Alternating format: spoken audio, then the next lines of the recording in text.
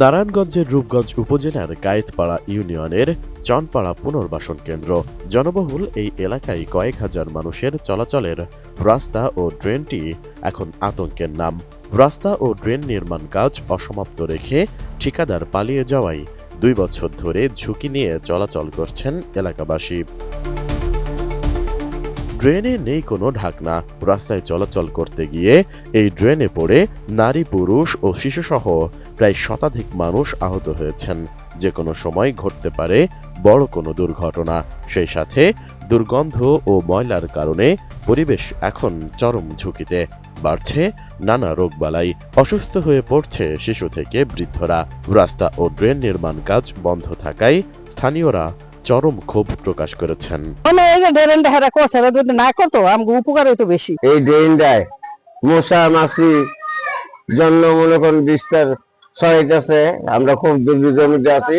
এখন এই ড্রেনটা রেখে এখানে পোলাপান আসা যাওয়ার সমস্যা হইতাছে, মানুষ অনেক দুর্ভোগে পড়ে আছে। 32 ইঞ্চি জেভিকো টিভি এখন মাত্র 15,000 টাকায়, সাথে পাচ্ছেন 3 বছরের প্যানেল ওয়ারেন্টি। উপজেলা এলজিইডি সূত্রে জানা যায় 2022-23 অর্থ বছরে এলজিইডির 77 লাখ টাকা বরাদ্দে 238 মিটার রাস্তা ও ড্রেন নির্মাণ কাজ শুরু করেন অভিজিৎ ইঞ্জিনিয়ারিং নামের একটি ঠিকাদারি প্রতিষ্ঠান। প্রতিষ্ঠানটি ড্রেন এবং রাস্তার অর্ধেক অংশ করে ফেলে রেখে চলে যায়। বৃষ্টির সময় ড্রেনে পিছলা হয়ে যায়, তাই আমরা পড়ে যাই জায়গা দিয়ে। যাওয়ার সময় আমাদের অনেক সমস্যা হয়। এই রাস্তার মধ্যে অনেক মহিলারা রাস্তার এই ড্রেনে পড়ে হাত পা ভেঙেছে। গরিবের লাগে একমাত্র যদি আপনাকে দয়া না লাগে তা গুরুত্ব দিয়ে আমাকে রাস্তাটা করে দেন। কায়েতপাড়া ইউনিয়ন পরিষদের চেয়ারম্যান জানান, স্থানীয়দের কাছ থেকে বিষয়টি জেনেছেন তিনি। ব্যবস্থা গ্রহণের জন্য সংশ্লিষ্ট কর্তৃপক্ষকে জানানো হয়েছে।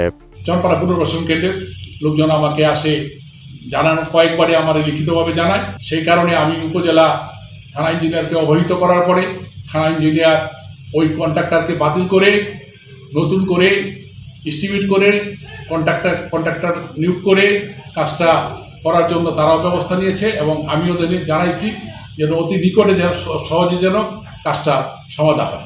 উপজেলা নির্বাহী কর্মকর্তা আশ্বস্ত করেন, কায়েতপাড়া ইউনিয়নের চনপাড়া পুনর্বাসন এলাকার রাস্তা ও ড্রেনের কাজ দ্রুত সমাপ্ত করার উদ্যোগ নেওয়া হবে।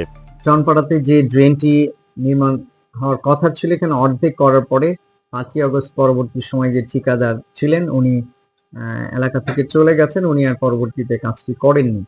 তো কাজ না করার দরুন আমরা যেটি করেছি, আমাদের টেন্ডারে কিছু পলিসি আছে, কিছু শর্ত রয়েছে। যদি ঠিকাদার কাজ না করতে পারেন, যতটুকু করেছেন ততটুকু বিল দিয়ে আমরা সেটি বন্ধ করে দিই। তো আমরা সেটি করেছি, বন্ধ করে আমরা নতুন করে অবশিষ্ট যে অংশটুকু ছিল সেটার এস্টিমেট করেছি, সেটা অলরেডি টেন্ডারে চলে গেছে এবং আমরা আশা করছি আগামী মাসের মধ্যেই নতুন ঠিকাদার এটি কাজটি ধরবেন এবং সাময়িক যে অসুবিধাটা হচ্ছে সেটি আর থাকবে না।